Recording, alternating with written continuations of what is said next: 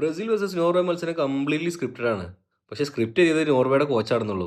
എന്ത് കളിയാണ് നോർവേ ഇന്നലെ കളിച്ചത്? ബ്രസീലിന് എന്തെങ്കിലും ഒരു അഡ്വാൻറ്റേജ് ഉണ്ടോ? ബോൾ പൊസിഷനിലുണ്ടോ? ഒരു 90 മിനിറ്റ്സ് വരെ അല്ലെങ്കിൽ ഒരു 70, 75 മിനിറ്റ് വരെ ബ്രസീലിനുള്ളത് നോർവേയുടെ ഹാഫ് ബോൾ പൊസിഷൻ മാത്രമേ ഉള്ളൂ. പാസ് കംപ്ലീഷൻ ആണെങ്കിൽ നോർവേയുടെ പകുതി പാസ്സാണ് ബ്രസീൽ ആകെ കംപ്ലീറ്റ് ചെയ്തത്. പിന്നെ ആകെ പറയാനുള്ള കാര്യം എന്താ വെച്ചാൽ 2 പെനാൽറ്റി കിട്ടി ഇന്നലെ. ഓഫ് കോഴ്സ് ഫസ്റ്റ് പെനാൽറ്റി നമ്മളെല്ലാവരും കണ്ടു, ബ്രൂണോ ഗമാറസ് അദ്ദേഹം അത് പാഴാക്കി. ഞാൻ ഇന്നലെ വീഡിയോ ഇട്ടിട്ടുണ്ടായിരുന്നു റാഫീഞ്ഞ, പക്വേറ്റ, അതേപോലെ നെയ്മർ ഇവരൊന്നും ഇല്ലാതെയാണ് ബ്രസീൽ ഇറങ്ങുന്നത് എന്നുള്ളത്.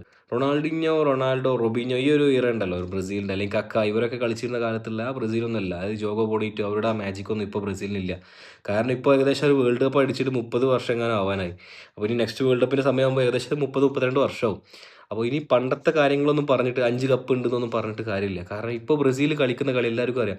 നോർവേക്കെതിരെ അവർക്ക് ഒന്നും ചെയ്യാനില്ല. പിന്നെ വേറൊരു സംഭവം എന്ന് വെച്ചാൽ കഴിഞ്ഞ ഒരുപാട് വർഷങ്ങളായിട്ട് ഒരു യൂറോപ്യൻ ടീമിനോട് ഒരു നോക്കൗട്ട് മത്സരം പോലും അവർ ജയിച്ചിട്ടില്ല.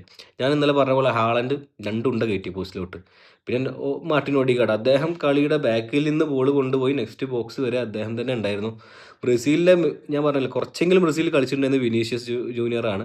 പിന്നെ നെയ്മർ 1, 2 ഇൻവോൾവ്മെൻറ്റ് നടത്തി. പക്ഷേ അദ്ദേഹത്തിന് പഴയ പേസ് ഇല്ല, കാര്യങ്ങളില്ല. മുമ്പ് പറഞ്ഞിരുന്ന പോലെ ഫിറ്റ്നസ്സും ഇല്ല. അപ്പോൾ അദ്ദേഹം പെനാൽറ്റിയിൽ ഒരു ഗോൾ അടിച്ചു. അതിൽ ഭയങ്കര ഹാപ്പിയാണ്. കാരണം അദ്ദേഹത്തിൻ്റെ അവസാന വേൾഡ് കപ്പ് മാച്ച് ആയിരിക്കും ഇത് മേ ബി. ബ്രസീൽ വീണ്ടും വേൾഡ് കപ്പിൽ നിന്ന് ക്വാർട്ടർ കാണാതെ മടങ്ങുകയാണ്. അങ്ങനെ നോർവേയുടെ വൈക്കിങ്സ് ബ്രസീലിൻ്റെ കാനറികളുടെ ചിറക് ഇരിഞ്ഞിട്ട്. അത് തന്നെ ഈ മാച്ചിനെ കുറിച്ച് പറയാനുള്ളൂ. അപ്പോൾ നിങ്ങൾക്ക് എന്തെങ്കിലും കൂടുതൽ ഇതിനെക്കുറിച്ച് പറയാനുണ്ടെന്നുണ്ടെങ്കിൽ കമൻറ്റിൽ അറിയിക്കുക. ഓക്കെ, സോ വീഡിയോസ് ഇഷ്ടപ്പെടുന്നുണ്ടെങ്കിൽ ഫോളോ ചെയ്യുക, യൂട്യൂബ് ചാനൽ സബ്സ്ക്രൈബ് ചെയ്യുക.